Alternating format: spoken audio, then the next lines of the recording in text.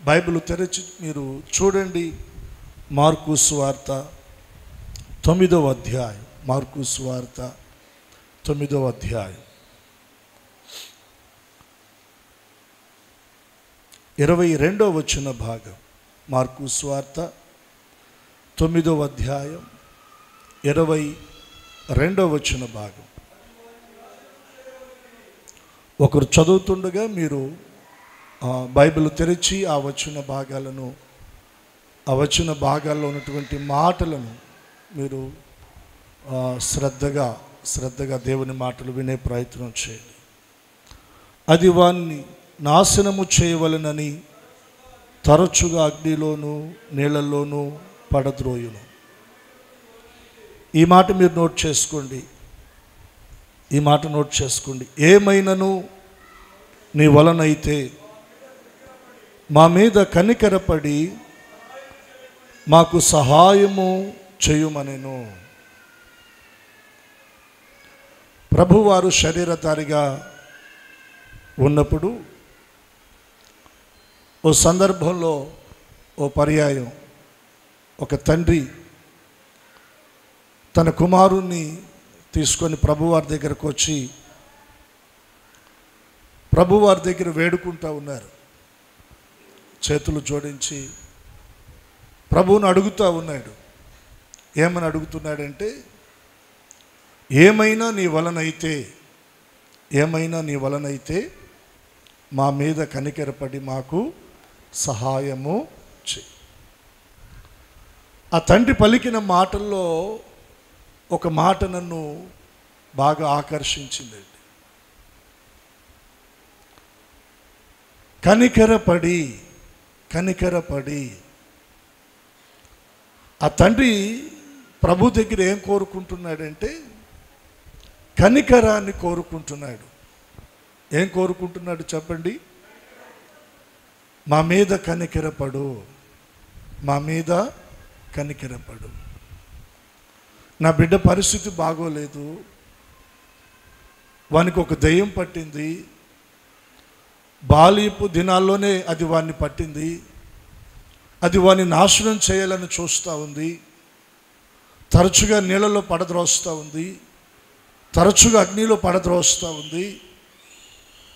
వాడు ఏమైపోతాడన్న భయం మాలో దినదినం పెరిగిపోతూ ఉంది. వాడిని బాగు చేసుకోవాలని చాలా ప్రయత్నాలు చేశాం, చాలా చోట్లకు వెళ్ళాం, ప్రయోజనం లేదు.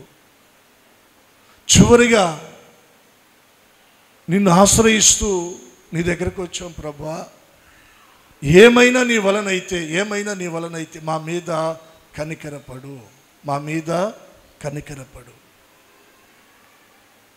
ఈ రోజున ఒక ప్రశ్న, మనం ఆరాధిస్తున్న మన ప్రభు కనికరపడే దేవుడా, కఠినాత్ముడా? మిమ్మల్ని అడగాలనుకుంటున్నాను. ఎంతమంది ధైర్యంగా చెప్పగలరా మాట? మరి ఎందుకు అంత ఆలోచిస్తూ ఉన్నారు? బిగ్గరగా దేవునికి స్తోత్రం చెప్పండి. ఎవరు ఆయన చెప్పండి?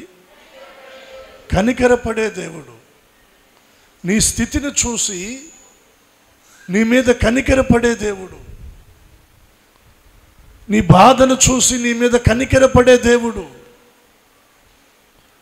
నీ కన్నీళ్లను చూసి నీ మీద కనికరపడే దేవుడు ఆయన. నీ అనారోగ్య పరిస్థితులను,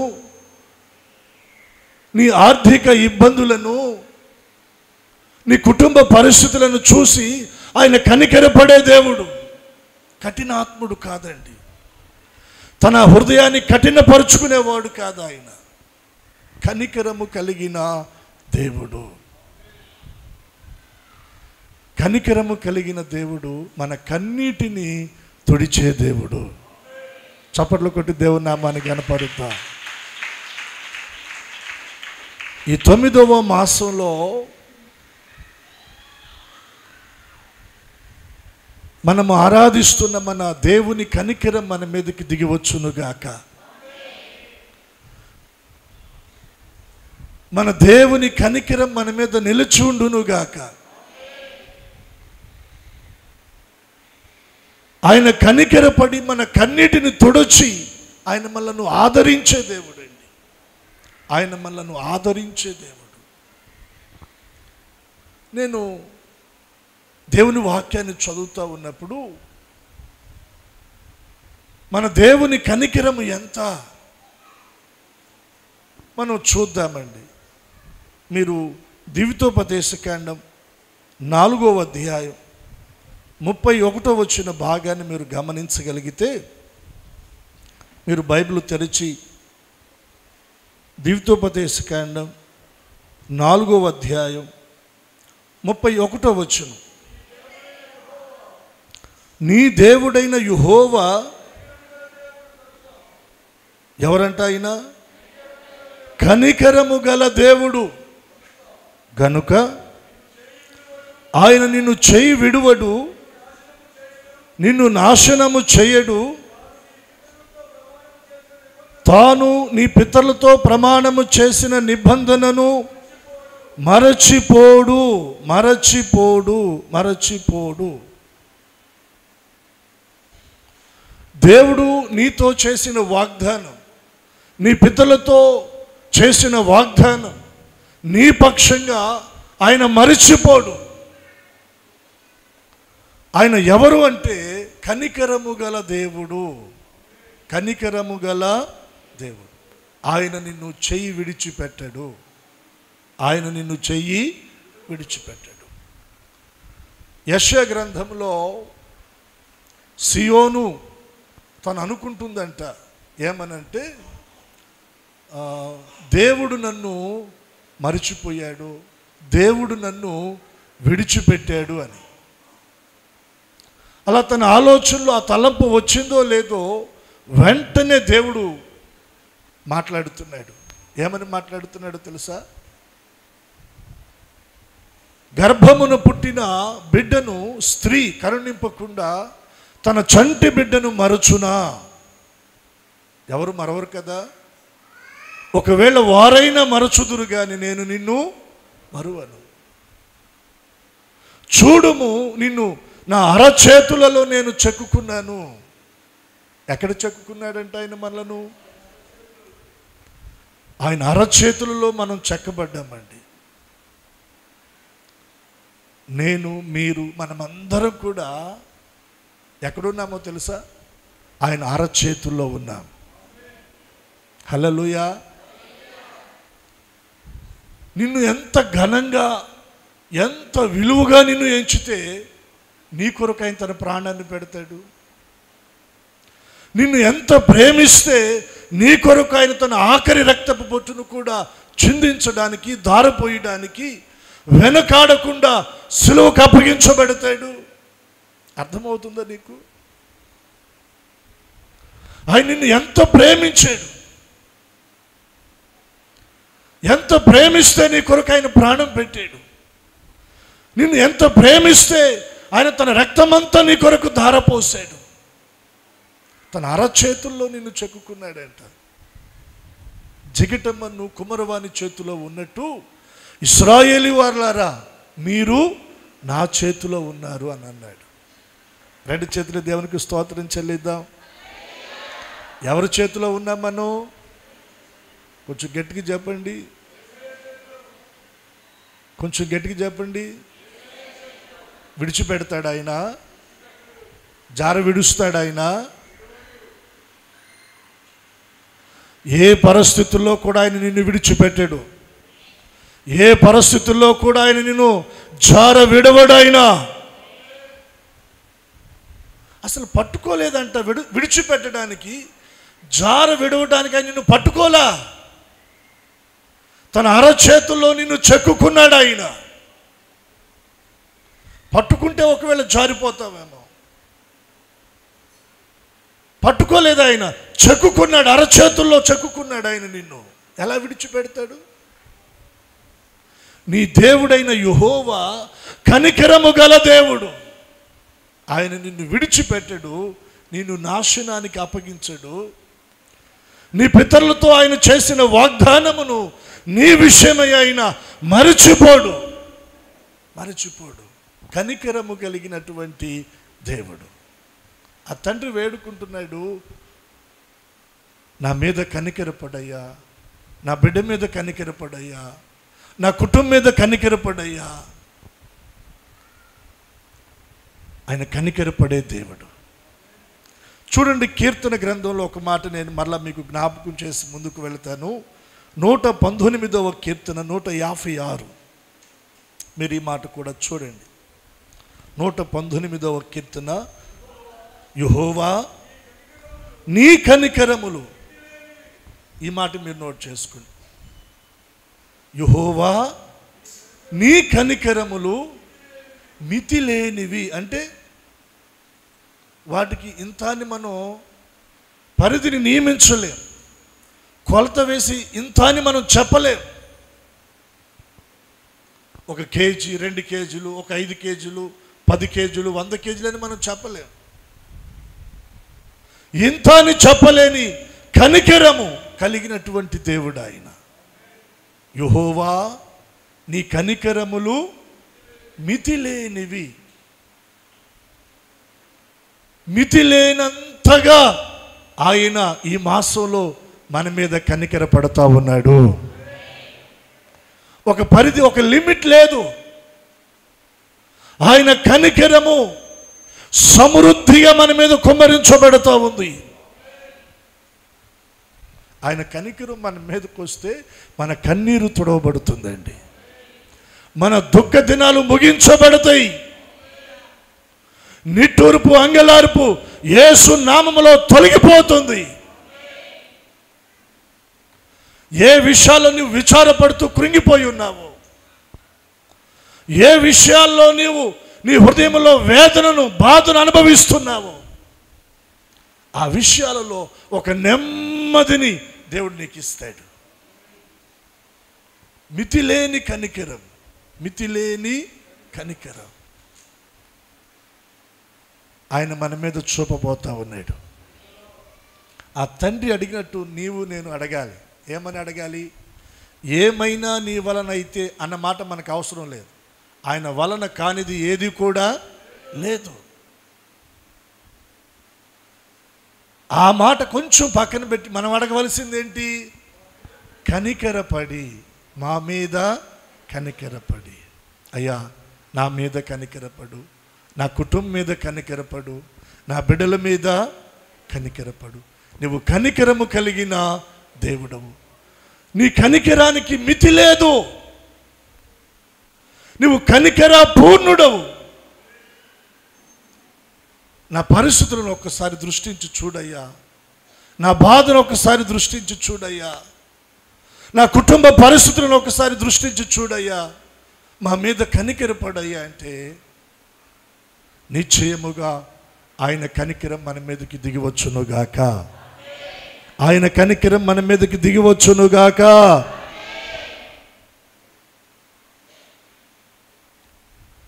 ఒక 2-3 విషయాలు నేను ఈ రోజున మీ దృష్టిలో తీసుకొస్తానండి. మీరు జాగ్రత్తగా ఈ మాటలు మనసును పెట్టండి. నిశ్చయముగా ఈ మాసంలో ఉన్నతంగా మనం దీవించబడబోతున్నాం. చూడండి, ఆదికాండం 39వ అధ్యాయం 21వ వచనం. మీరందరూ బైబిల్ తెరచి చూడండి. ఆదికాండం 39వ అధ్యాయం 21వ వచనం.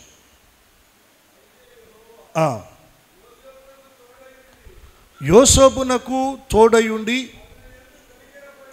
అతని యందు కనికరపడి అతని మీద చెరసాల అధిపతికి కటాక్షము కలుగునట్లు చేసెను. యోసేపును గురించి ఇక్కడ మనం చదువుతా ఉన్నాం. ఏమని చదువుతా ఉన్నాం? అయితే యెహోవా యోసేపునకు తోడయుండి అతని యందు కనికరపడి. యోసేపుకు ఎవరు తోడై ఉన్నారు? దేవుడు తోడై ఉన్నాడు. తోడై అతని మీద ఆయన కనికరపడ్డాడంట. ఈ వచ్చిన భాగంలో మొదటి మాట ఏంటంటే అయితే. అయితే ఏం జరిగింది? యోసేపు సొంత అన్నల చేత ఐగుప్తు దేశానికి వెళుతున్నటువంటి ఆ ఇష్మాయేలీలకు యోసేపు అమ్మివేయబడ్డాడు.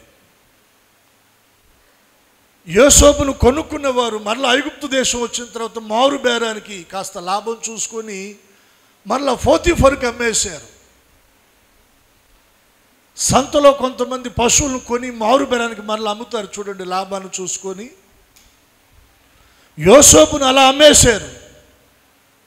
పోతీఫర్ ఇంట్లో యోసేపు పని చేసుకుంటూ బ్రతుకుతూ ఉన్నాడు. యోసేపుకు దేవుడు తోడై ఉన్న సంగతి ఆ పోతీఫరు గమనించాడు. యోసేపును ఎక్కడ పెడితే అక్కడ ఆ పని, ఆ ప్రదేశము అదంతా దీవెనగా మారిపోతూ ఉంది. యోసేపును పొలానికి పంపిస్తే ఆ సంవత్సరం పొలంలో పంట విస్తారంగా పండుతూ ఉంది. ఏదైనా ఒక వ్యాపారాన్ని అప్పగించి ఈ బాధ్యతలు నువ్వు చూసుకో అంటే ఆ సంవత్సరం వ్యాపారం విస్తారంగా దీవించబడుతూ ఉంది. పశువుల మీద నువ్వు కాస్త గమనిస్తూ వీటన్నిటిని చూడయ్యా అని యోసేపుకు పశువుల మందలను అప్పగిస్తే ఆ సంవత్సరం పశువుల మందలు విస్తరించబడతా ఉన్నాయి. యోసేపుని ఎక్కడ పెడితే అక్కడ దేవుని ఆశీర్వాదం కనబడతా ఉంది. ఇది ఎవరు గుర్తించారంటే పోతీఫరు గుర్తించాడు. గుర్తించి ఏం చేశాడు? తనకు కలిగినదంతా కూడా తీసుకొచ్చి యోసేపు చేతిలో పెట్టాడు. తన ఇంటి మీద ఒక ఉన్నతమైన ఆధిక్యతను యోసేపుకు పోతీఫర్ ఇచ్చాడు. దినాలు గడుస్తున్నాయి, మాసాలు గడుస్తున్నాయి, పరిస్థితులన్నీ పర్వాలేదులే అనుకున్నాడు. సడన్గా పోతీఫర్ భార్య యోసేపు మీద కన్ను వేసి తనతో పాపము చేయమని యోసేపును బలవంతం చేస్తూ ఉండగా దేవుని భయాన్ని కలిగిన యోసేపు దానికి అంగీకరించకుండా నిరాకరించి తను పవిత్రంగా పరిశుద్ధంగా కాపాడుకుంటా వస్తూ ఉన్నాడు. ఒక దినాన పోతీఫర్ భార్య యోసేపును పట్టుకొని బలవంతం చేస్తే ఆమె చేతిలో తన వస్త్రాన్ని విడిచిపెట్టి యోసేపు పారిపోయాడంట. పాపానికి దూరంగా పారిపోయాడు. కొద్ది సమయానికి పోతీఫర్ ఇంటికి వచ్చాడు. అతని భార్య యోసేపు మీద తన భర్త దగ్గర కంప్లైంట్ ఇచ్చింది. ఆ పనులను తీసుకొచ్చావు కదా, ఇంట్లో ఎవరు లేనప్పుడు ఆ వ్యక్తి నన్ను బలవంతం చేయబోయాడని తన యజమానుడైన పోతీఫర్ దగ్గర యోసేపు మీద కంప్లైంట్ చేయగా పోతీఫరు యోసేపును పట్టుకొని బంధించి చెరసాల్లో వేయిస్తాడు. పాపం చేసినందుకు కాదండి, పాపము చేయకుండా పారిపోయినందుకు యోసేపు ఎక్కడికి వచ్చాడు? ఇప్పుడు చెరసాలకు వచ్చాడు. ఒక్కోసారి మనం నీతిగా, యథార్థంగా, నమ్మకంగా జీవిస్తున్నప్పుడు మన నీతికి తగినట్టుగా, మన యథార్థతకు తగినట్టుగా, మన నమ్మకత్వానికి తగినట్టుగా ప్రతిఫలము రాకపోగా మన మీదకి ఒక్కోసారి నిందలు వచ్చి పడతాయి, అవమానాలు వచ్చి పడతాయి, తిరస్కారం వచ్చి పడుతుంది, శిక్ష వచ్చి పడుతుంది. అయితే దాన్ని బట్టి మనం కృంగిపోనక్కర్లేదు, మనం నిట్టూర్పు విడిచి దేవుని దూషించనక్కర్లేదండి. ప్రతి దాని వెనుక దేవుని యొక్క ఉన్నతమైన ఉద్దేశం ఉందని మనం గ్రహించి దేవుని స్తుతించి అడుగులు ముందుకు వేయగలిగితే దేవుని ఉన్నతమైన కార్యాలను మన జీవితంలో మనం చూడగలము. రెండు చేతులు ఎత్తి దేవునికి బిగ్గరగా స్తోత్రం చెల్లిదా. చెరసాలలో వేయబడినప్పుడు యోసేపు మౌనంగా దాన్ని భరించాడండి. ఒక్క మాట కూడా తన నోట కాని మాట రాలా. అయ్యా, నేను ఎంత యథార్థంగా ఉన్నానో, ఎంత నమ్మకంగా ఉన్నానో, ఎంత పరిశుద్ధంగా ఉన్నానో నువ్వు ఎరుగుదువు కదా, దానికి తగిన ప్రతిఫలంగా ఈరోజు నన్ను చెరసాలకు అప్పగిస్తావా అని ఎక్కడ కూడా దేవుని దగ్గర సొనగలేదండి. చెరసాలలో కూడా ఎలా ఉన్నాడంటే దేవుని స్తుతించే వ్యక్తిగా తన నమ్మకత్వాన్ని, తన యథార్థతను కాపాడుకుంటూ ఉన్నాడు. చెరసాలలో వేయబడిన తరువాత యోసేపుకి ఎవరు తోడై ఉన్నారంట? చూడండి అక్కడ. అయితే ఆ మనిషి ఎవరు? పోతీఫరు భార్య యోసేపును గూర్చి దుర్మార్గంగా ప్రవర్తించి అన్యాయంగా అతన్ని చెరసాలలో వేయించింది. అయితే దేవుడు యోసేపునకు తోడయ్యి ఆయన యోసేపు మీద ఏమయ్యాడంట? కనికెరపడ్డాడు. ఒకసారి అందరం చప్పట్లు కొడదాం.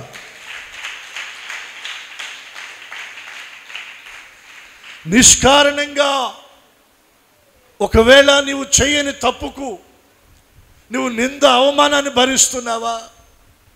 నీవు అనని మాటలు నీవు అన్నావని ఒకవేళ నిష్కారణంగా నిన్ను దూషిస్తున్నారా? ఆ మాటలు, ఆ నింద అవమానాన్ని బట్టి ఒకవేళ నువ్వు కన్నీరు విడుస్తున్నావా? అయ్యో నేను మేలే చేశాను, కానీ ఇంత కఠినంగా నా ఎడల వీరు వ్యవహరించారేంటి అనేటువంటి బాధలో నీవు ఉన్నావా? మనుషులు నీ ఎడల కఠినంగా ఉండొచ్చు, కానీ ఈ రోజున దేవుని కనికరం నీ మీదకి వస్తూ ఉంది. యోసేపు మీదకి దేవుని కనికరం వచ్చిందంట. చూడండి అక్కడ వ్రాయబడినటువంటి మాట, అయితే యెహోవా యోసేపునకు తోడయుండి అతని యందు కనికరపడి అతని మీద ఆ చెరసాల యొక్క అధిపతి కటాక్షము కలుగునట్లు చేసెను. యోసేపు ఏ చెరసాలలో ఉన్నాడో ఆ చెరసాల అధిపతి కటాక్షము యోసేపు మీదకి వచ్చేటట్లుగా దేవుని కనికరము యోసేపు మీదకి వచ్చింది. నువ్వెక్కడ పని చేస్తున్నావో, ఎక్కడ నువ్వు వ్యాపారం చేస్తున్నావో, ఎక్కడ ఉద్యోగం చేస్తున్నావో, ఎక్కడ నువ్వు చదువుకుంటున్నావో, ఆ ప్రదేశాల్లో నీకంటే పైన ఉన్నవారి యొక్క కటాక్షము నీ మీదకి వచ్చేటట్లుగా దేవుని కనికరం నీ మీదకి వస్తూ ఉంది. రెండు చేతులెత్తి బిగ్గరగా దేవునికి స్తోత్రం చెల్లిద్దాం. చెప్దామా? హల్లెలూయా. దేవుని కనికరాన్ని మనం పొందుకుంటే మన చుట్టూనున్నటువంటి వారి యొక్క కటాక్షం మన మీదకి వస్తుందండి. చెరసాల అధిపతి కటాక్షము యోసేపు మీదకి వచ్చినప్పుడు ఏం జరిగింది? అక్కడ 22వ వచనాన్ని కూడా మనం అలాగ కంటిన్యూ చేద్దాం. చెరసాల అధిపతి ఆ చెరసాల్లోనున్న ఖైదీలందరినీ యోసేపు చేతికి అప్పగించాడంట. చప్పట్లు కొడదాం. ఇదేంటండి? ఖైదీలను అప్పగిస్తారు ఎవరైనా? దొంగలు కలిసి ఊళ్ళు పంచుకుంటారంట. ఖైదీలందరినీ కూడా అప్పగిస్తే అందరు కలిసి చెరసాల నుంచి తప్పించుకొని పారిపోరా? చెరసాల అధిపతి కటాక్షం యోసేపు మీద ఎంతగా వచ్చిందంటే ఆ చెరసాల్లో ఉన్న ఖైదీలందరినీ తీసుకొని వచ్చి యోసేపు చేతికి అప్పగించాడంట. ఇదిగో వీళ్ళందరూ నీ ఆధీనంలో ఉంటారు, ఎవరు ఏ పని చేయాలో ఆ బాధ్యతలు భారాలన్నీ నీవే చూసుకో అని చెప్పేసి వాళ్ళందరూ తీసుకొని వచ్చి యోసేపు చేతికి అప్పగించాడంటే. ఇంకా ఏం జరిగింది అక్కడ చూడండి. యెహోవా అతనికి తోడై ఉండెను గనుక ఆ చెరసాలాధిపతి అతని చేతికి అప్పగింపబడిన దేనిని గూర్చియు విచారణ చేయకుండెను. అతడు చేయనది యావత్తు యెహోవా సఫలమగునట్లు. ఒకటి, చేతికి ప్రజలను దేవుడు అప్పగించాడు. రెండవది, యోసేపు నిర్బంధం చేయబడటం వల్ల అతనికి అక్కడ స్వాతంత్రత వచ్చిందండి. నువ్వేం చేస్తున్నావు? కూర్చున్నావా, నిలబడ్డావా, పడుకున్నావా, ఏం చేస్తున్నావని అడిగేవారు లేరు. అంత ఫ్రీడమ్ చెరసాలలో యోసేపుకి దేవుడు అనుగ్రహించాడు. మూడవదిగా యోసేపు చేయనది అది ఏదో దాని అంతటిని దేవుడు ఏం చేశాడంట? సఫలపరిచాడంట. దేవుని కనికరం ఒక మనిషి మీదకి వస్తే ఆ మనిషి జీవితంలో జరిగే ఉన్నతమైన కార్యాలవి. దేవుని కనికరం నీ మీదకి వస్తే నీ చుట్టూ ఉన్నటువంటి ప్రజలు లేదా నీ పైన ఉన్న అధికారులు, పెద్దలు, వారి యొక్క కటాక్షము నీ మీదకి వస్తుంది. నీ చేతికి దేవుడు జనములను అప్పగిస్తాడు. అధికారాన్ని అప్పగిస్తాడు, ఆధిక్యతను అప్పగిస్తాడు, అక్కడ నీకు స్వేచ్ఛనిస్తాడు. స్వేచ్ఛనివ్వటమే కాదండి, నువ్వు చేసేది ఏదైతే ఉందో దానిని దేవుడు ఏం చేస్తాడంటే సఫలపరుస్తాడు. ఇంత ఉన్నతమైన కార్యాలు ఎక్కడ పొందుపరచబడ్డాయి అంటే దేవుని కనికరములో పొందుపరచబడ్డాయి. యోసేపు మీదకి దిగి వచ్చిన ఆ కనికరమే ఈ మాసములో దేవుని సన్నిధిలో ఆయన ఆరాధిస్తున్న మనందరి మీదకి దిగివచ్చునుగాక. ఎక్కడెక్కడ గతంలో నీ మీద నీతో ఉన్నవారు కఠినంగా ఉన్నారో వారి హృదయాలు మెత్తన చేయబడి, వారి మనసు మెత్తన చేయబడి, వారి కటాక్షము నీ మీదకి వచ్చునుగాక. ఎవరు కాదన్నారో వారే ఈ మాసంలో నీ ఎదుటికి వచ్చి అవునంటారు. ఎవరు వద్దన్నారో వారే మరలా నిన్ను ఆహ్వానిస్తారు. ఎక్కడ ద్వారాలు మూయబడ్డాయో అక్కడే మరలా దేవుడు ద్వారాలు తెరుస్తాడు. ఎందుకంటే దేవుని కనికరము నీ మీదకి దిగి వస్తూ ఉంది.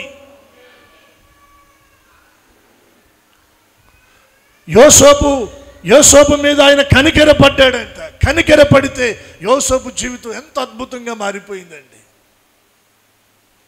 ఇక్కడ మనం గమనించాల్సిన ఇంకొక విషయం ఏంటో తెలుసా? అది ఎక్కడ? చెరసాలలో. నువ్వు ఎక్కడ ఉన్నా దేవుని కనికరం నీ మీదకి వస్తే నీ పరిస్థితులన్నీ మారిపోతాయి. మార్చేస్తాడు దేవుడు. దేవునికి రెండు చేతులు ఎత్తి స్తోత్రం చెల్లిద్దాం. ఆ మనుషులు అతని చేతిని, అతని భార్య చేతిని, అతని ఇద్దరు కుమార్తెల చేతులను పట్టుకొని వెలుపలకి తీసుకొని వచ్చి ఆ ఊరి బయట, ఆ ఊరు ఏ ఊరు? సొదొమ గొమొర్రా పట్టణాలు. పాపముతో నిండి దేవుని ఉగ్రతకు సిద్ధంగా ఉన్నటువంటి పట్టణాలు. ఆ పట్టణాలను నాశనం చేయడానికి ముందుగా ఆ విషయాన్ని దేవుడు అబ్రహాముతో పంచుకున్నప్పుడు ఆ పట్టణాల్లో నివసిస్తున్న లోతు కుటుంబాన్ని రక్షించుకోవడానికి అబ్రహాము దేవుని పాదాల దగ్గర విజ్ఞాపన ప్రార్థన చేశాడు. ఏమని ప్రార్థన చేశాడు? ఆ పట్టణాల్లో ఒకవేళ 50 మంది నీతిమంతులు ఉంటే ఆ నీతిమంతులను బట్టి ఆ పట్టణాన్ని నీవు కాయవా? దుష్టులను బట్టి నీతిమంతులను కూడా చంపేస్తావా అని దేవుని దగ్గర అడ్డుపడ్డాడు. దేవుడు అన్నాడు, 50 మంది నీతిమంతులు ఉంటే నేను ఆ పట్టణాన్ని కాస్తా. ఇక్కడ ఒక మాట చెప్తున్నానండి. 2 మహానగరాలలో 50 మంది నీతిమంతులు ఉంటే దేవుడు ఆ పట్టణాలను కాస్తాను అన్నాడు. 4, 5 లేదా 6 ఉన్న కుటుంబంలో ఒక్క వ్యక్తి ప్రార్థన చేసే ఒక్క వ్యక్తి ఉంటే దేవుడు ఆ కుటుంబాన్ని కాయడా? ఆ విశ్వాసం, ఆ నమ్మకం నీకుంటే నీ కుటుంబం కొరకు నువ్వు ప్రార్థన చేయి. నిశ్చయముగా నీ ప్రార్థనను బట్టి నీ కుటుంబంలో ఉన్న వారందరూ నీకు అనుగ్రహించబడతారు, రక్షించబడతారు. దేవుని తట్టు వారు తిరుగుతారు. ఉగ్రత నుండి, శిక్ష నుండి వారు తప్పించబడతారు. అబ్రహాం అంటున్నాడు, 50 మంది నీతిమంతులుంటే ఆ పట్టణాలను కాపాడవా? దేవుడు అన్నాడు, నేను కాపాడుతాను. అబ్రహాముకి డౌట్ వచ్చింది, ఒక 5 తగ్గుతారేమో, 45 మంది ఉన్నా నేను కాపాడుతాను. మరలా డౌట్ వచ్చింది, 40 మందే ఉంటారేమో, 40 మంది ఉన్నా నేను కాపాడుతాను. 30 మందే ఉంటారేమో, 30 మంది ఉన్నా నేను కాపాడుతాను. 20 మంది ఉంటారేమో, 20 మంది ఉన్నా నేను కాపాడుతాను. 10 మందే ఉంటారేమో, 10 మంది ఉన్నా నేను. అంటే అక్కడ 10 మంది కూడా లేరండి. 2 మహానగరాలలో 10 మంది నీతిమంతులు లేరు. పాపం అంత విస్తరించిందండి. అబ్రహాము హృదయంలో ఉన్న బాధ, ఎవరిని గూర్చి అతడు విజ్ఞాపన చేస్తున్నాడో దానిని ఎరిగిన దేవుడు సొదొమ గొమొర్రా పట్టణాల్లో ఉన్న లోతు కుటుంబం కొరకు దేవుడు ఎవరిని పంపించాడో తెలుసా? దేవదూతలను పంపించాడు. చప్పట్లు కొట్టి దేవుని నామాన్ని కనపరుద్దాం. నీవు ఎవరి కొరకైతే ప్రార్థన చేస్తావో వారు ఏ అపాయములో ఉన్నా, ఏ కీడులో ఉన్నా, ఏ నాశనములో ఉన్నా వారిని తప్పించడానికి నీ ప్రార్థనను బట్టి దేవుడు వారి చెంతకు ఆయన దూతలను పంపిస్తాడు.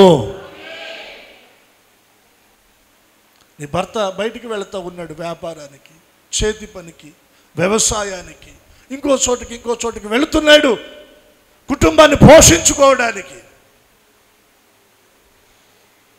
భారీగా ఇంటి దగ్గర ఏం చేయాలి? టీవీ పెట్టుకొని రాత్రి మిస్ అయిన సీరియల్స్ అన్నీ చూడాలా?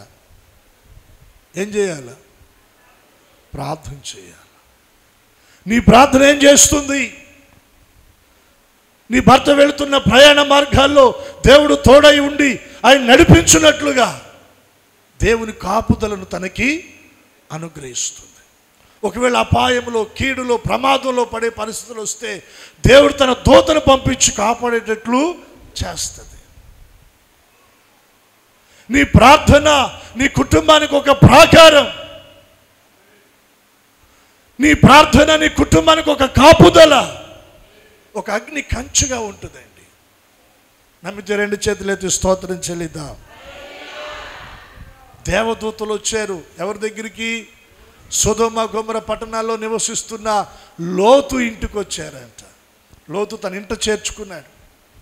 ఆ సొదొమ గొమొర్రా పట్టణ వాసులండి ఎంత భయంకరమైనటువంటి వారంటే, లోతు ఇంటికి వచ్చినటువంటి వారితో పాపం చేయడానికి లోతును బలవంతం చేశారు, వారిని బయటికి పంపించు అని.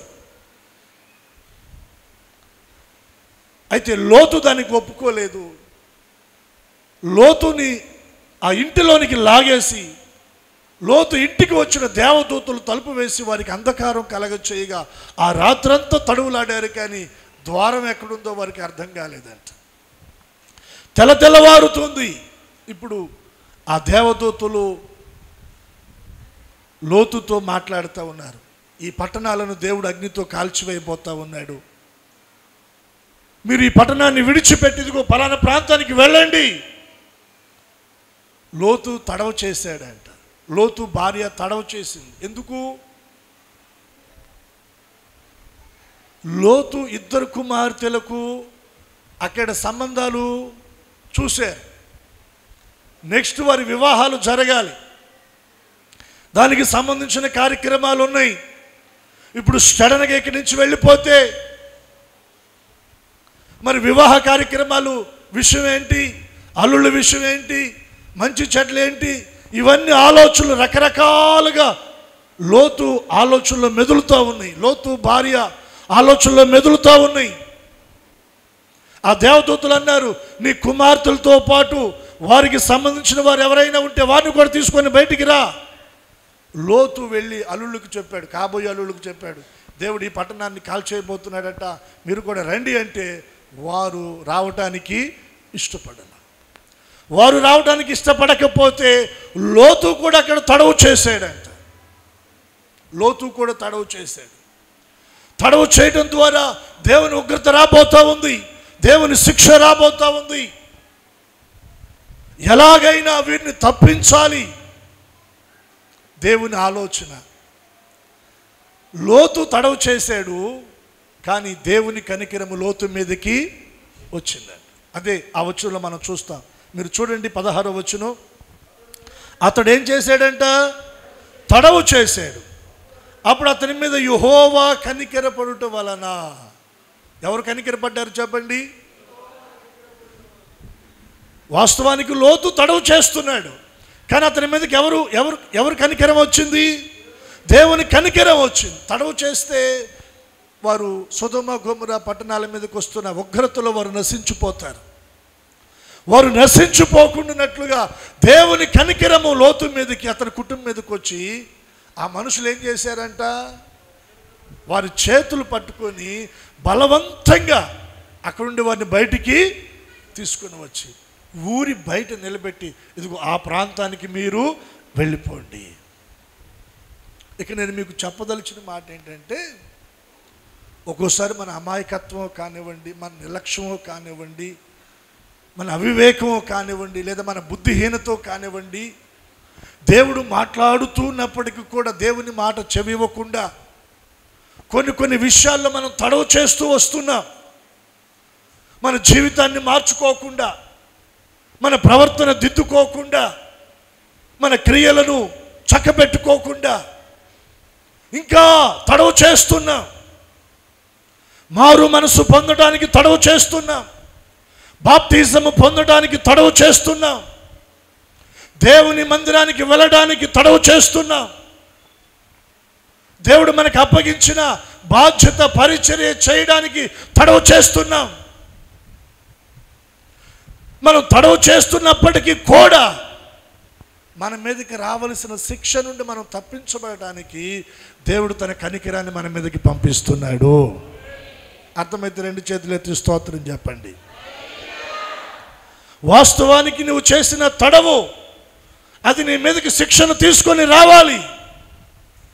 కానీ కనికరము కలిగిన దేవుడు ఆయన నీ మీద కనికరపడుతూ ఆ ఉగ్రత నీ మీదకి రాకుండా బలవంతంగా ఆయనే తన దేవదూతలను పంపి నీ చెయ్యి పట్టుకొని అక్కడ నుండి ఆయన బయటికి తీసుకొస్తా ఉన్నాడు. నిజంగా ఎంత కనికరం, దేవుని కనికరం. నీ కర్మ అన్నాడా లోతుని? నీ చావు నువ్వే కొని తెచ్చుకో అన్నాడా? మనం అంటామండి, ఒకసారి చెప్తాం, 2 సార్లు చెప్తాం, 3 సార్లు చెప్తాం. వినకపోతే పిల్లలనైనా వదిలేస్తాం. వాడు కర్మ అండి అంటాం. మనం భరించలేం, మనం తట్టుకోలేం. కానీ దేవుని కనికరం ఎంత గొప్పదో చూడండి. ఒక రాత్రి అంతా దేవదూతలు చెప్పారు లోతుకి, అయినా ఎక్కలా. ఏం చేస్తున్నాడు? తడవ చేస్తున్నాడు. ఎన్ని మాసాల నుంచి దేవుడు మనతో మాట్లాడతల్లా, ఎన్ని సంవత్సరాల నుంచి దేవుడు మనతో మాట్లాడతల్లా. వ్యక్తిగతంగా మనం ఆలోచన చేస్తే మారు మనసు పొందమని, బాప్తిజం పొందమని, క్రమంగా దేవుని మందిరానికి వెళ్ళమని, చక్కగా పరిచర్యలో ఎదగమని, ప్రార్థన చేసుకోమని, వాక్యం చదవమని, సువార్త పరిచర్యలో పాలువాడు కమ్మని ఎన్ని మార్లు దేవుడు నీతో మాట్లాడుతున్నా దేవుని మాటలు వింటూనే మనం తడవ చేసిన వారం కాదా? తడవ చేసిన వారమే. అయితే దాన్ని బట్టి దేవుడు నీ మీదకి ఉగ్రత పంపించలేదు, కానీ శిక్షణ పంపించలేదు. కానీ ఎలాగైనా నిన్ను తప్పించాలని బలవంతంగా, నీ ప్రమేయం లేకపోయినా, నీకు ఇష్టం లేకపోయినా దేవుడు బలవంతంగా నిన్ను పట్టుకొని బయటికి తీసుకొచ్చేశాడు. ఈ రోజున మందిరానికి అందరు ఇష్టపడే వచ్చారా? ఇష్టపడి వచ్చిన వారిలో 90 మంది ఉంటే, ఇష్టం లేక కష్టంగా వచ్చిన వాళ్ళు 10 మంది అయినా ఉంటారు. కష్టంగా అయిన దేవుడు నేను ఎందుకు తీసుకొచ్చాడో తెలుసా? ఈ మాటలు నీతో మాట్లాడటానికి. దేవునికి 2 చేతులు ఎత్తి స్తోత్రం చెప్పండి. కొంతమందికి మందిరం అంటే భారం, కష్టం, ఎక్కడ లేని బాధ, ఎక్కడ నాయనా అన్నట్టు. సో అటువంటి ఆలోచనతో నీవున్నా, అటువంటి మనసుతో నీవున్నా, అటువంటి తలంపుతో నీవున్నా, దేవుడు బలవంతంగానైనా సరే నీ భార్య ద్వారానో, బిడ్డల ద్వారానో, భర్త ద్వారానో, స్నేహితుల ద్వారానో దేవుడు ఏదో ఒక విధంగా నిన్ను బలవంతం చేసి ఆయన మందిరాన్ని తీసుకొచ్చాడు. ఎందుకంటే నిన్ను ఉగ్రత నుండి తప్పించాలి, శిక్ష నుండి నిన్ను తప్పించాలి, నాశనము నుండి నిన్ను తప్పించాలి. ఇష్టం ఉండదు కొంతమందికి దేవుని దగ్గరికి రావడానికి. అయినా కనికరము కలిగిన దేవుడు బలవంతంగా నిన్ను తీసుకొని వస్తున్నాడు. దేవునికి 2 చేతులు ఎత్తి స్తోత్రం చెల్లిద్దాం. లోతు మీదకి దేవుని కనికరము రావటం ద్వారా అతడు బయటికి తీసుకొని రాబడ్డాడు, వెలుపలికి తీసుకొని రాబడ్డాడు. నాశనములో నుండి, ఉగ్రతలో నుండి, అపాయములో నుండి, శిక్షలో నుండి బయటికి తీసుకొని రాబడ్డాడు. నేను అంటాను, ఈ మాసంలో ఆయన కనికరం మన మీదకి వస్తుంది కాబట్టి మనం బయటికి తీసుకొని రాబడుతున్నాం. అపాయాల్లో, ప్రమాదాల్లో నుండి, కీడుల్లో నుండి, నష్టాల్లో నుండి, మోసాల్లో నుండి మనం తప్పించబడి దేవుడు మనల్ని పట్టుకొని బయటికి తీసుకొని వచ్చునుగాక.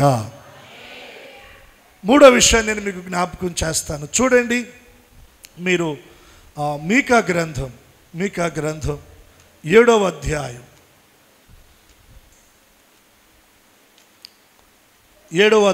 18వ వచనం. ఎవరు ముందు తెరుస్తారో చూద్దాం. చదవండి.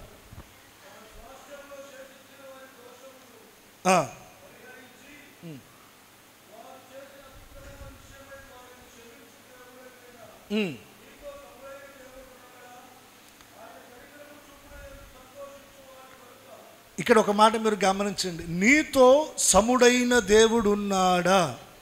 నీతో సముడైన దేవుడున్నాడా?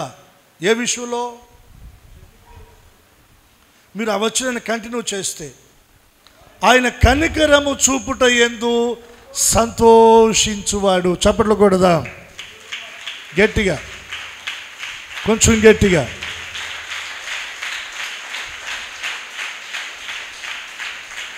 ప్రపంచ దేశాల్లో, భూమండలం మీద కోటాను కోట్లుగా ఉన్నటువంటి వారిలో నేను ప్రకటిస్తున్న యేసయ్యకు సముడైనటువంటి దేవుడు ఉన్నాడా? ఏ విషయంలో?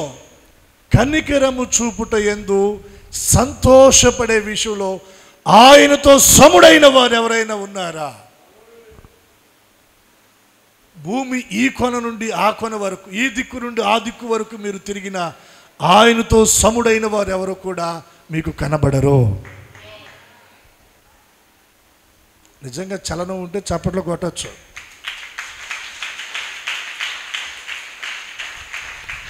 ఆయనలో ఉన్న మంచితనాన్ని నువ్వు అనుభవిస్తే, పాస్టర్ గారు చెప్పక్కరలా, కట్టలు తెంచుకొని ఉప్పినలాగా చెరువులు కట్టలు దిగినప్పుడు వస్తాయి చూడండి ప్రవాహం, నీళ్లు అట్లా రావాల. దేవునికి స్తోత్ర. యేసయ్య ప్రేమ నువ్వు అనుభవిస్తే, ఆయన కనికరాన్ని నువ్వు అనుభవిస్తే, ఆయన వాత్సల్యత నువ్వు అనుభవిస్తే, దానిలో ఉన్న మాధుర్యాన్ని నువ్వు అనుభవిస్తే, పక్కన కూర్చొని ఎవరో ములుకారు తీసుకొని చో చో చో అందరూ కొడుతున్నారు, కొట్టు నువ్వు కూడా అని చెప్పక్కర్లేదండి. ఎవరితో పని లేదు. దేవునికి స్తోత్రం చెప్పండి.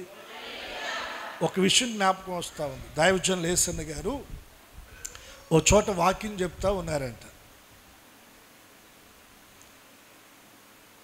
వాక్యం చెప్తా ఉంటుంటే, ఆయన వాక్యం చెప్తా ఉన్నప్పుడు కొన్ని మంచి మాటలు, యేసయ్యను కూర్చున్న మాటలు సేవకు నోట నుండి వస్తూ ఉన్నప్పుడు, ఆ కూర్చున్న ప్రజల్లో వెనక భాగాన ఒక ముసలామె కూర్చుందంట. ఒక మంచి మాట వచ్చి ఆమె హృదయాన్ని తాకంగానే ఆమేన్ హల్లెలూయా అంటుందంట. ఇక అందరూ మాత్రం అని బిగుసుకొని కూర్చున్నారంట. ఈయనకి ఆ ముసలావిడ ఆమేన్ హల్లెలూయా అంటే ఈయనకి ఇంకా ఉద్యమం వస్తూ ఉంది. ఇక దేవుని ఆత్మతో నింపబడి ఇంకా మంచిగా వాక్యం చెప్తా ఉన్నాడంట. ఈలోపు ఆ సంఘ పెద్దల్లో ఒక ఆయన వచ్చి ఆ ముసలాం దగ్గరికి, ఇదిగో వాక్యం మౌనంగా విను, ఏంది ఆమేన్ హల్లెలూయా అంటావు, ఈసారి ఆమేన్ హల్లెలూయా అన్నావా అని వార్నింగ్ ఇచ్చి కొంచెం పక్కకి వెళ్ళి కూర్చున్నారంట. ఇంకా కొద్దిసేపటికి ఈయన మళ్ళా మంచి మాట ఏదో చెప్పాడంట. చెప్పంగానే ఆమె ఏమో ఈ వార్నింగ్ సంగతి మర్చిపోయి మళ్ళా హల్లెలూయా అందంట. ఆ సంఘ పెద్ద అటు తిరిగి ఉరివిరు చూశాడంట. మళ్ళీ హల్లెలూయా అంటావు నువ్వు, ఈసారి అన్నావంటేనా అన్నట్టుగా మరలా కంటి చూపుతో వార్నింగ్ ఇచ్చాడంట. లేదు బాబు అననయ్యా, ఏదో పొరపాటు అయిందని చెప్పి మెల్ల మౌనంగా వాక్యం వింటున్నాడు. ఇంకొక 10 నిమిషాలకి ఈయన మరలా ఇంకొక మంచి వాక్యం చెప్పాడంట. చెప్పంగా నీకు తట్టుకోలేక హల్లెలూయా అందంట.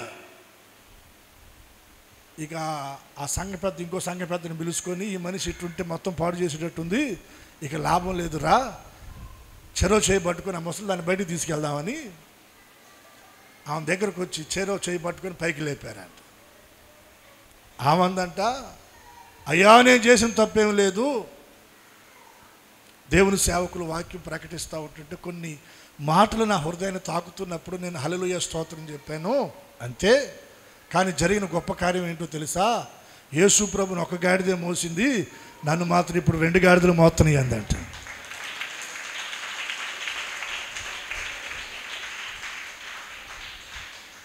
వాళ్ళిద్దరు మమ్మల్ని గాడిదలు అంటావా అని చెప్పి అక్కడే వదిలేశారంట. నీ సావు నువ్వు సావు, హల్లెలూయా చెప్పుకుంటావో స్తోత్రం చెప్పుకుంటావో నీ ఇష్టం అని ఇక వదిలేశారంటే కావాలి. ఆ లోన ఆ ఉజ్జీవం ఉంటే ఎవరికి మనం భయపడాల్సిన పని. ఆ సంఘంలో హల్లెలూయాలంటే పడవు, స్తోత్రాలంటే పడవు. కాబట్టి ఆ పెద్దలు ఆమెను నివారింప చూశారు.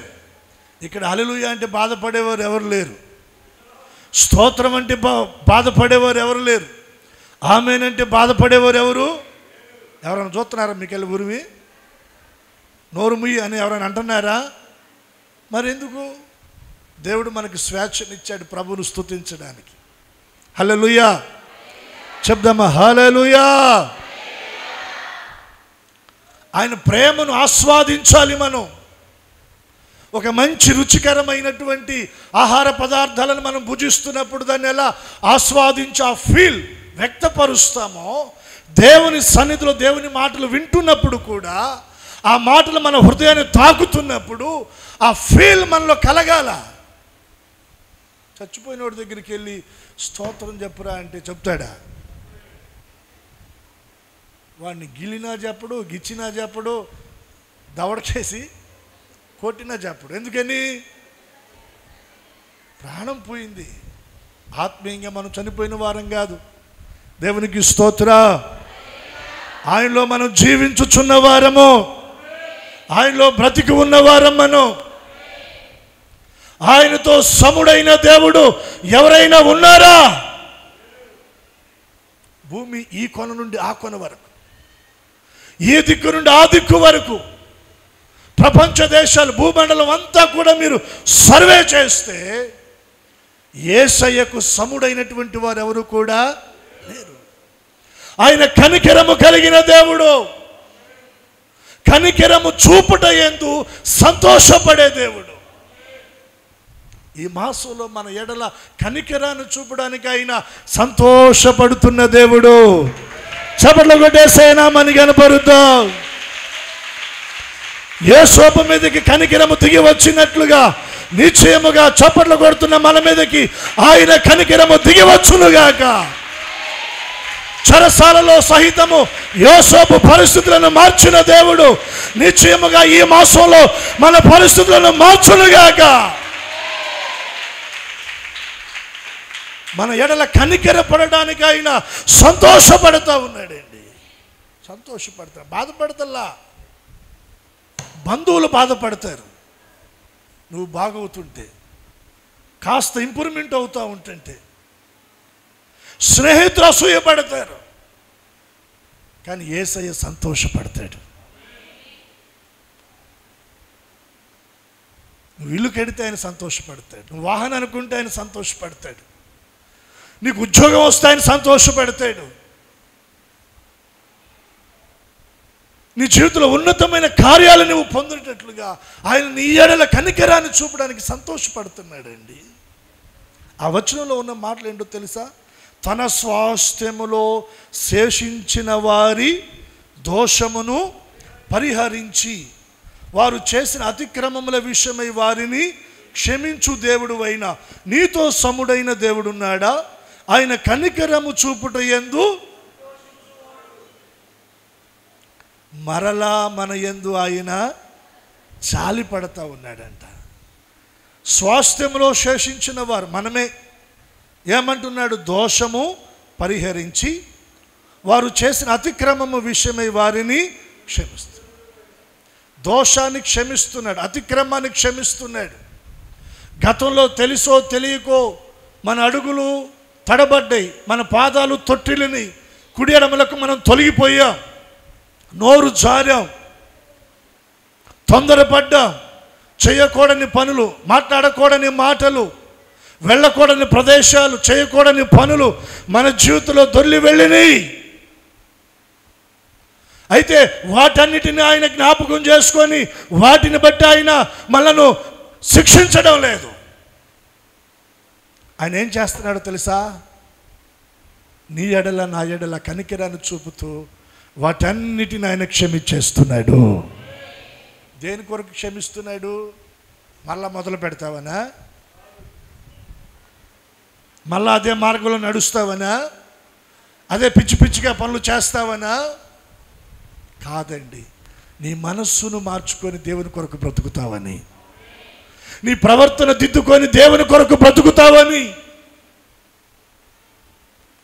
మరి ఎక్కువ కీడు నీకు కలగకుండునట్లు ఇక వెళ్ళి నీవు పాపము చేయ. దేవుడు మనల్ని క్షమిస్తుంది. ఆయన మరలా మన మీద కనికరపడి ఆయన మనల్ని దీవిస్తుంది. దేని కొరకంటే మరలా మనం గతంలో జీవించినట్లు జీవించడానికి కాదు. అది తీసి పక్కన పెట్టి ఇక నుంచి ఒక తీర్మానం చేయి. ప్రభు దగ్గర ఒక ఒడంబడిక చెయ్యి. ప్రభు కొరకు బ్రతుకు. ఆయన నిన్ను దీవిస్తాడు. కనికరము చూపుట యందు ఆయన సంతోషపడే దేవుడు. మీరు చూడండి, లూకా సువార్త 15వ అధ్యాయం. లూకా సువార్త 15వ అధ్యాయం ముగింపులోనికి వచ్చేస్తా ఉన్నాను. 20వ వచనం. అందరూ బైబిల్ తెరవండి. లూకా సువార్త 15వ అధ్యాయం 20వ వచనం బాగా గమనించాలి. వాడు ఇంకా దూరముగా ఉన్నప్పుడే తండ్రి వానిని చూచి ఏం పడ్డాడంట? ఎవరు అతను? తండ్రితో గొడవపడి, తండ్రి దగ్గర గొడవపడి, తండ్రి దగ్గర ఉన్న ఆస్తిలో తన వాటా తీసుకొని తండ్రితో చెప్పాడు, నీకు నాకు ఏ సంబంధం లేదు, నా బ్రతుకు నాదే, నీ బ్రతుకు నీదే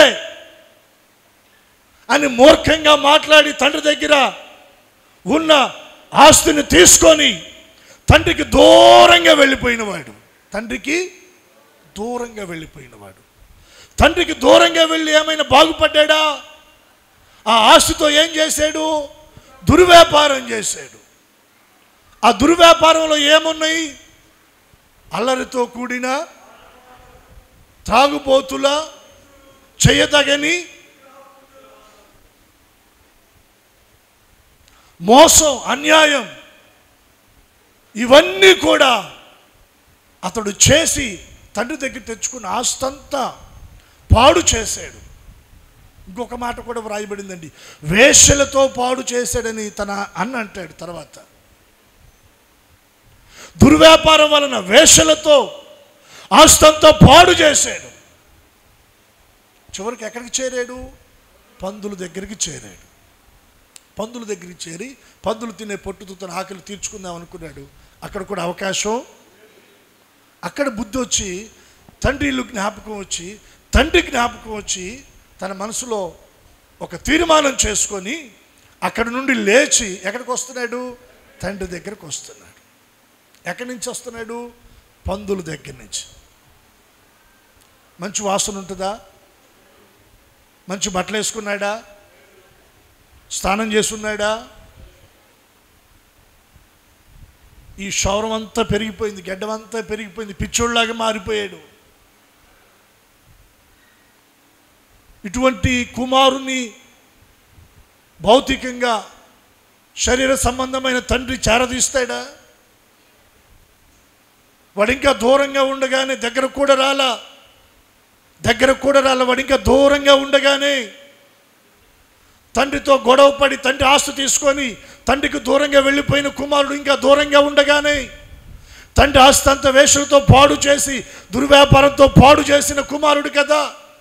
చివరిగా పందులతో సహవాసం చేసిన వాడు, దుర్భరమైన జీవితాన్ని జీవించిన వాడు, దౌర్భాగ్యమైన స్థితిలో బ్రతికినవాడు, అంతా పోగొట్టుకున్నవాడు ఇప్పుడు తిరిగి వస్తూ ఉన్నాడు. తండ్రి వాడు ఇంకా దూరంగా ఉండగానే చూశాడు. చూసి తన మనసులో అసహ్యపడ్డా? ద్వేషాన్ని పెంచుకున్నాడా? కక్షతో చూశాడా? వీడు నాతో గొడవ పడ్డాడు కదా, నా స్థలంతో తీసుకొని వెళ్ళిపోయినవాడు కదా, వీడు నా దగ్గరకు వస్తున్నాడు ఏంటి, వీడు వస్తే నేను రానివ్వకూడదు వీడిని అని అనుకున్నాడా? వాడు ఇంకా దూరంగా ఉండగానే వాని మీద కనికరపడి, చప్పట్లు కొడదామా? శేషించిన తన స్వాస్థ్యపు వారిలో దోషమును పరిహరించి వారి అతిక్రమాలను క్షమించే నీతో సముడైన దేవుడు ఎవరైనా ఉన్నారా? కనికరము చూపుట యందు నీవు సంతోషపడే దేవుడవు. ఇంత చేసిన కుమారుడు తిరిగి వస్తున్నా కూడా ఆ వ్యక్తి మీద కూడా కనికరపడడానికి తండ్రి ఏమవుతున్నాడు? సంతోషపడుతున్నాడు. వాడు ఇంకా దూరంగా ఉండగానే పరిగెత్తుకుంటూ వెళ్ళి వాని మెడ మీద పడి ముద్దు పెట్టుకున్నాడు. అబ్బా, ఎంత కనికరం అండి, ఎంత కనికరం!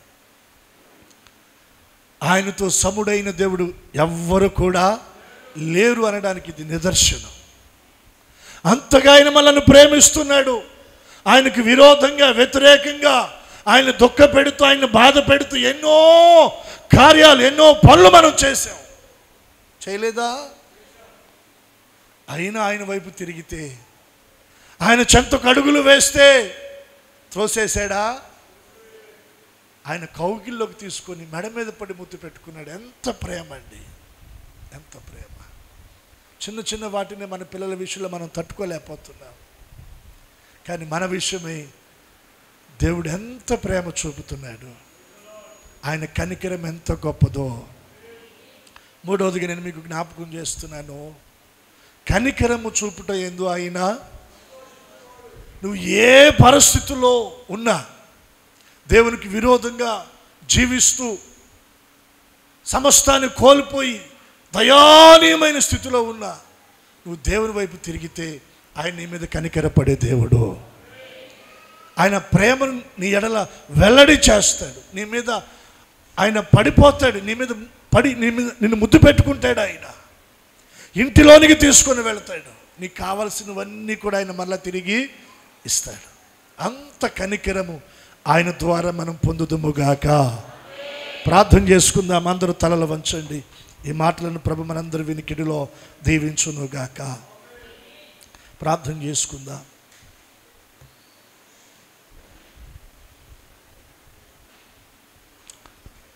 భారం అనుకోకుండా కొద్ది నిమిషాలు ప్రార్థనలో ఉందా.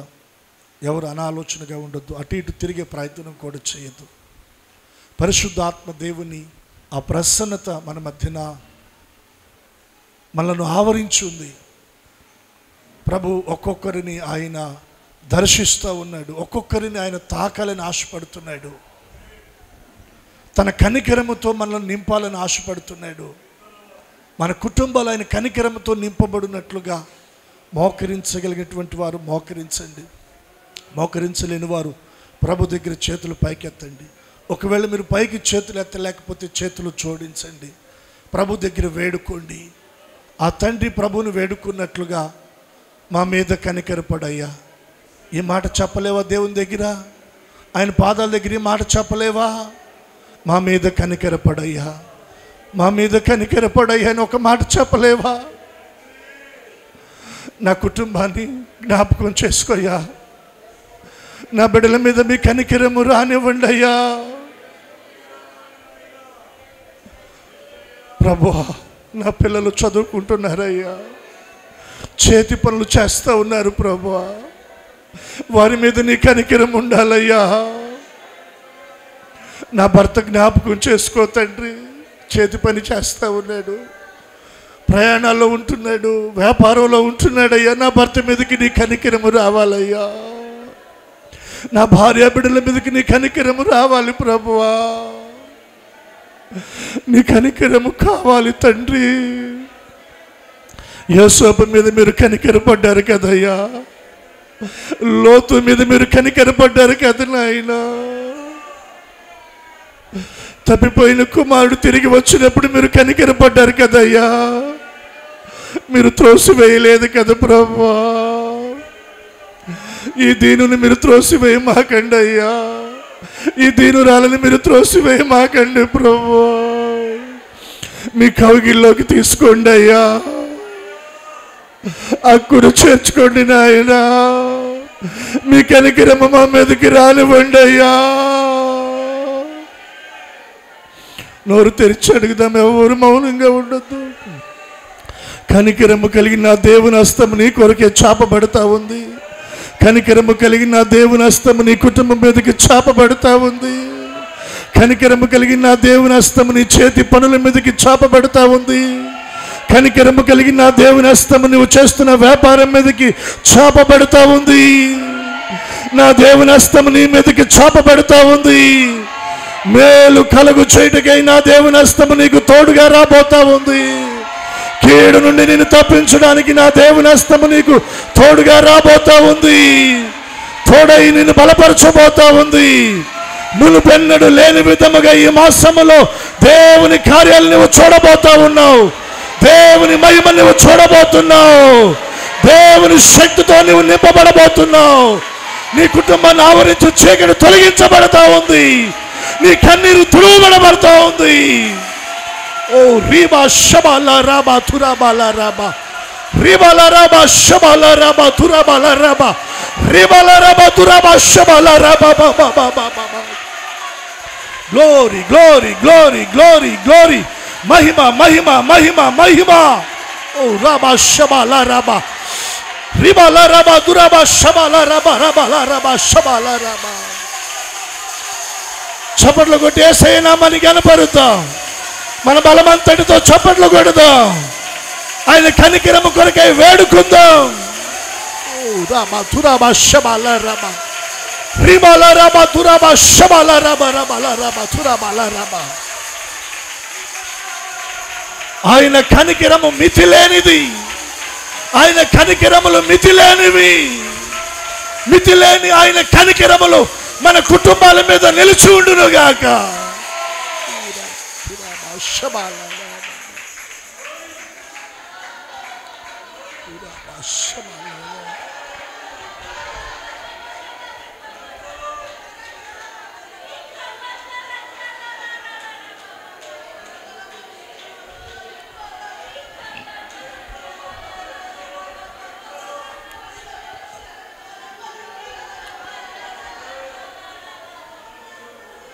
ఒక్క నిమిషం ఎవరికి వారు ప్రభు దగ్గర ప్రార్థన చేసుకోండి.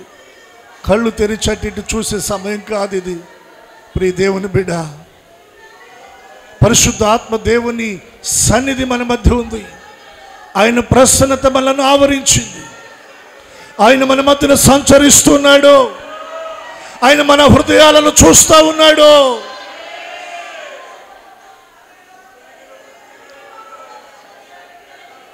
ఆయన కనికరముతో మన కుటుంబాలను నింపాలని, ఆయన కనికరముతో మనల్ని దీవించాలని ఆయన మన హృదయాలను తడుతున్నాడు. Hallelujah. Thank you Jesus. Thank you Jesus. Thank you master. Hallelujah. హల్లెలూయా.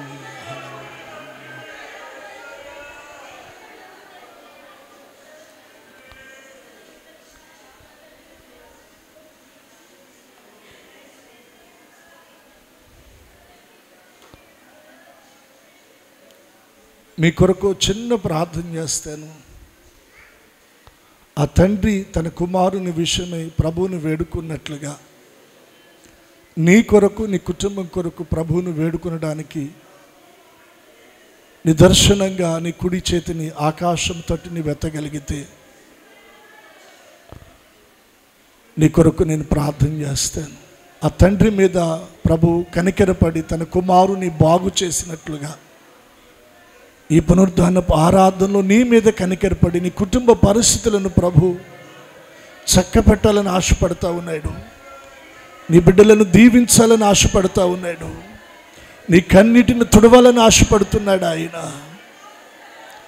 ఒక దేవుని సేవకునిగా నీ కొరకు ప్రార్థించాలని ప్రభు ఇచ్చిన ప్రేరణ బట్టి నేను చెప్తా ఉన్నాను. నిజంగా దేవుని కనికరము నువ్వు కోరుకుంటే నీ కుడి హస్తాన్ని పైకెత్తి చూపెట్టు. నీ కొరకు నేను ప్రార్థన చేస్తాను. పరిశుద్ధ తండ్రి, నాయన మీకు వందనాలు. ఆ తండ్రి తన బిడ్డ విషయమై మీ కనికరాన్ని కోరుకున్నట్లుగా మీ సన్నిధిలో చేరిన నీ బిడ్డలు నాయన, నీ స్వాస్థ్యము నాయన, నీ సొత్తు ప్రభువా, నీ ప్రజలు నాయన, మీ కనికరము కొరకే వేడుకుంటూ వారి చేతులు మీ తట్టు ఎత్తారయ్యా. చేతులు ఎత్తిన నీ బిడ్డలందరి కొరకు మీ సేవకును నిండు మనసుతో మీ పాదాల దగ్గర ప్రార్థిస్తున్నాను. చేతులెత్తిన ప్రతి బిడ్డ మీదకి మీ కనికరము దిగివచ్చునుగాక. వారి కుటుంబాల్లో మీ కనికరము నిలిచి ఉండునుగాక. మితి లేని మీ కనికరము ద్వారా నీ బిడ్డల కుటుంబాలు దీవించబడునుగాక. యోసేపు మీదకి వచ్చిన కనికరము, లోతు మీదకి వచ్చిన కనికరము, తండ్రికి దూరమై తిరిగి వస్తున్న కుమారుని మీదకి వచ్చిన కనికరం నీ బిడ్డల మీద నాయన మీరు ఉంచి